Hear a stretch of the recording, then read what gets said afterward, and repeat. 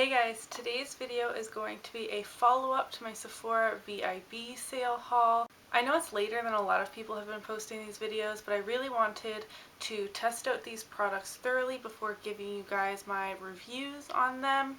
If you're new here, hi, my name is Emily. If you enjoy beauty related content, I would love it if you would subscribe to my channel, and without further ado, let's get into it. So I'm going to start off with the skincare items just because I feel like that is the least exciting, although I would consider myself a skincare junkie. I really love my skincare and testing new stuff out, but I'm going to save the more exciting makeup products for afterwards. So I'm going to start off with this Clinique Clarifying Lotion Twice a Day Exfoliator for dry combination skin. As you can see, I've used quite a bit of this, considering you only need a little bit when you use it. I actually only use this in the evenings for my nighttime skincare routine. My skin had really missed having an acid toner in my routine. I had run out of one quite a while ago and then never got around to repurchasing one, just because I felt like maybe it wasn't doing anything and that it was an unnecessary step. But now that I have put it back into my skincare routine, I realize how important it is to exfoliate, and I prefer an acid toner over a physical exfoliator. I just feel like it's more gentle and keeps on top of things a little bit better. I tend to only use a physical exfoliator if I have a lot of texture and a lot of dead skin built up on my skin. But this prevents that from happening altogether. I feel like this is really mild, super gentle. I did get dry combination just because in the winter my skin does tend to dry out a little bit. It hasn't done it that bad this year, but I've been more on top of my skincare routine than I have ever been in my life. My skin has cleared up immensely over the last month, except it was that time of the month last week and I did get a few little blemishes, but they're already going down and reducing in size. I have one really awkwardly at the very front of my brow, which made doing my brows really difficult today, so this one looks especially weird. But besides that, my skin has been looking a million times better. I feel like I really have gotten my active acne under control. Of course, I still have texture. I have a really big pore issue that I'm kind of tackling next, and then my scarring is one of my more sensitive skin issues, I guess, and this just helps my skin regenerate just because it's taking all that dead skin off. So I feel like it's just a really good product to have. Again, not very exciting, but completely necessary in my opinion. Wow, I rambled on about that for long enough for an acid toner. Next I have the Shiseido Facial Cotton.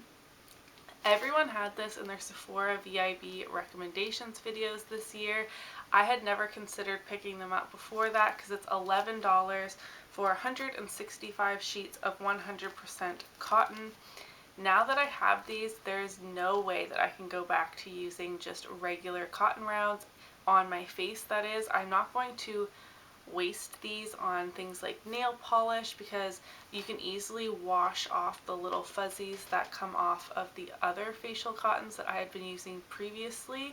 I just wash my hands and that goes away, but I hated those getting stuck onto my skin, and then it gets stuck in your skincare and you don't want to rewash your face because that would wash all your skincare down the drain. These do not shed. They are really big. I cut mine in half, which would make this 330, except if I'm using them to remove my makeup. So I will take my micellar water or Bioderma on this cotton round, and it's the perfect size to start removing makeup. You can use both sides of it. It holds the product really well without wasting it. They're super soft. This whole thing is really squishy. They're really luxurious. I don't know, that sounds super weird. It's just cotton, but I will always repurchase this now that I know about it. It is still more expensive, so I did a cost breakdown. This is $11 in Canada, and then if you cut them in half, that's 330 pieces, making it 3 cents each for each one. But then the Walmart facial rounds, which is generally what I would just pick up, when I'm there for my toners or removing makeup, removing nail polish, basically the same things but round, except for they shed everywhere, and you get 100 in those little tubes, and it sells for $1.50, making them 1.5 cents each. So this is still twice as expensive, but it's still not that bad, especially if you can get them on sale. So I bought mine through the VIB sale. I think this might last me until the next VIB sale, which I know is only 15%, but it's still something, because although I've been using these since I bought them, which was over a month ago now, I still have a ton in here. So I'm hoping it will last until the next one, but if you haven't tried these, I definitely recommend it. Lastly, for skincare, I have this Boscia Luminizing Black Mask. This is a black peel-off mask. I kept all the boxes to show you guys. This is what it looks like.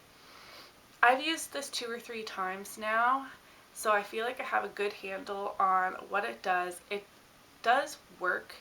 However, I am kind of underwhelmed by this. You need a lot of product in order to get this on thick enough that it will peel off properly without like ripping. Like if you apply a good amount of this, it will still dry down perfectly fine, and then you're able to peel the whole thing off in one piece. There's nothing worse than applying a peel off mask too thinly and then you're trying to peel it and it just keeps breaking, because then it's not really doing what it's intended to do, which is lift up all of the dirt and grime and stuff that was on your skin. If it just keeps breaking off, it's not going to do that. So I don't know how many uses I'm going to have in this. I mean, I'm nowhere near gone, but I've used up a significant amount of this in the 3 times that I've used it.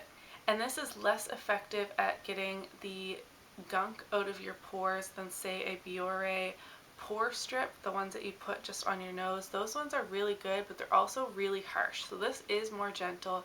I feel like this is a better option for more sensitive skin and on more of an upkeep level. So the Biore pore strips I only use in emergencies. Like if my nose especially is getting really congested, my pores look disgusting, and a regular face wash just is not doing the trick, that's when I'll go in with a pore strip. This won't pull as much out of your pores as that, but again, it's more gentle. This does remove all the little baby hairs, making it a little bit painful, but it ends up making your skin feel really smooth. It does get some dirt and stuff out of your pores, but again, it's not as effective as Biore.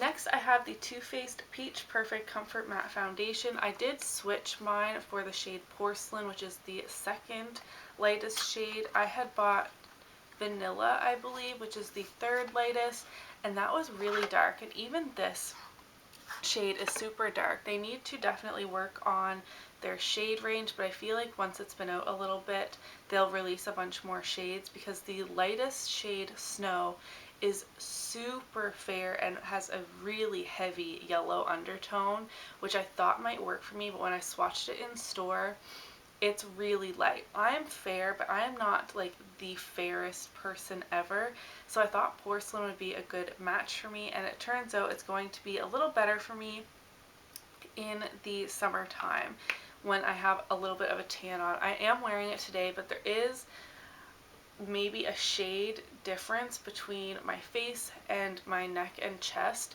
but there's not a shade in between Snow and Porcelain that would work for me. So I got the darker of the two just so I can potentially get more wear out of it throughout the year.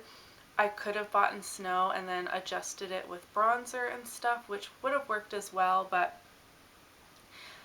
ideally I need a shade in between, or maybe to mix the two, but I'm not really going to go out and buy another shade to mix it. I'll just wait for them to release more. This has a beautiful medium coverage. As I said, I am wearing it today. I really love the finish of this foundation. It has a really natural finish. It is like matte. I would say it's like a satin matte finish. This claims to be oil-free, have 14-hour wear, be oil controlling, and photo friendly. This does control my oil pretty well. Again, in the wintertime my skin isn't overly oily, so I will be testing this out throughout the year. I'm really curious to see how this holds up in the summer when my skin is really greasy. It is super long lasting and it is transfer proof. When I touch my fingers to my face, I'm not left with foundation smears, or when I'm talking on the phone, my phone isn't covered in foundation, which is a problem I have a lot. My phone is always disgusting with makeup smeared on the screen, and that doesn't happen when I'm wearing this foundation. I don't really notice that much of a scent. I mean, it definitely does have a scent, but people were commenting on how strong the peach and sweet fig cream smell is on this. And I find this to be less potent than, say, a chocolate bar palette or even the Tarte Toasted palette, which I'm going to talk about in a second. The scent isn't even as strong as those. I mean, if you're super scent sensitive, then that is something to keep in mind. This whole range has that peach and fig cream smell to it, but I don't find it to be overpowering at all. This is becoming a favorite. The only thing is the shade range that I really have a problem with, because I can't find a shade that works perfectly for me. But I mean, I blend it down my neck, I bring bronzer down my neck just to make sure there's no like clear line, but I mean, when you're looking at me, you can tell that my foundation is a touch too dark. Next is the Tarte Toasted palette. Now, I did put this at the end of my last disappointing products video and kind of explained why there. However, I'm not so disappointed that I returned it. So let's get into what is wrong with this palette. First of all, the packaging is just beautiful. It's really sleek and thin. It is a good size for storing and travel. It has a beautiful mirror in it. And then here are the shades. They are beautiful. Sorry if I'm blinding you with the super reflective packaging, but I just find this palette really underwhelming. So when I'm playing with it, applying it to my eyes, again, I'm wearing it today, of course, I have a lot of fun with it. I think I create beautiful looks. They blend so well. They are really cohesive. Obviously, it's a beautiful warm tone palette. When you look at it, you can tell that all of these shades will work well together. However, this fades on me so quickly. After a few hours, I will look in the mirror and literally chunks will be out of my eyeshadow look. And I don't have the greasiest of eyelids, and I always use a primer, and I don't have that problem with many of my other eyeshadow palettes. I don't know what it is about this that does that, but so far I've only found one eyeshadow primer that it works well with out of my whole collection, and that's really high maintenance in my opinion. You should be able to use this with any eyeshadow primer, or maybe there's one that it really doesn't work with, but all of them but one in my collection, that's never happened to me before. Now, there are a few shades in here that I really don't like. I have used every single one in here in some capacity just to make sure I tested it out. The first one I want to touch on is Crackle, which is this one up here. It looks like a gorgeous medium brown shade with a ton of gold glitter. You would think that'd be beautiful on the eyes, right? When you apply this, even with something kind of like a glitter glue, I don't know what it is, but you blink and all the glitter just falls off and lands on your cheeks. So that is what it looks like just on my finger. You can definitely see the gold glitter. I will swatch it on my hand for you. Again, you can kind of tell that there is glitter in there, but I just blow on it and most of the glitter is completely gone. So you can imagine when it's on your eye and you blink a few times, I mean, if you're going to go outside, there might be a little breeze, all the glitter is going to fall off of it, and then you're just left with, it is a beautiful brown shadow, but I mean, this is one of the shades that your eye is immediately drawn to when you look at the palette. You think that that gold glitter looks gorgeous, and I was really disappointed by this shade. The second shade that I have a problem with is down here. This is Candle, and this is what I have on my eyes today. I'll lean in a little bit so you can see. It is beautiful. It is like a champagne-y gold type of shade. It just looks like your average shimmer. but when you apply it, it acts more like a glitter. So I'll swatch this one as well. It's right here. You can see that it's a bit chunky. And again, when you apply it, this shade has a ton of follow. And as I'm blending there on my hand, it's kind of dissipating to nothing. All of the glitter particles have blown away and you are left with a shimmer. But when you're applying this on your lid, you think, oh, it's a beautiful glitter shade. And again, all of the chunks are falling on your cheeks. And in my opinion, that is just really high maintenance. And the glitter or shimmer that is left has now traveled up into my crease. Which, I mean, I do have trouble with that on a regular basis because my eyes are so hooded that when I open my eye, a lot of the shimmer does end up in my crease, but it's migrating like up above my crease as well. I don't know. I don't hate it enough to return it, but I am not telling you to go run out and buy it. I will continue to use it and love it because I love the colors, and if I'm not looking for something super intricate to do on the eye, I mean, this is not the palette I'm going to go to anyways. It is just very basic. It's a gorgeous everyday type of palette, but if you are getting this thinking you're going to create a ton of beautiful looks, I would definitely say skip it, because 2 of the shades out of what, 12, they could have done better, in my opinion. It is still beautiful.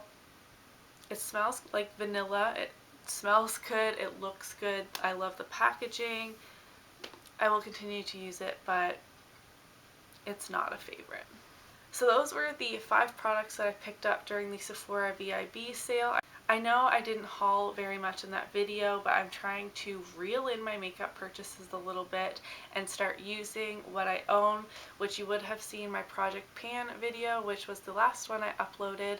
So I really am trying to use a lot of the products that I already have in my collection.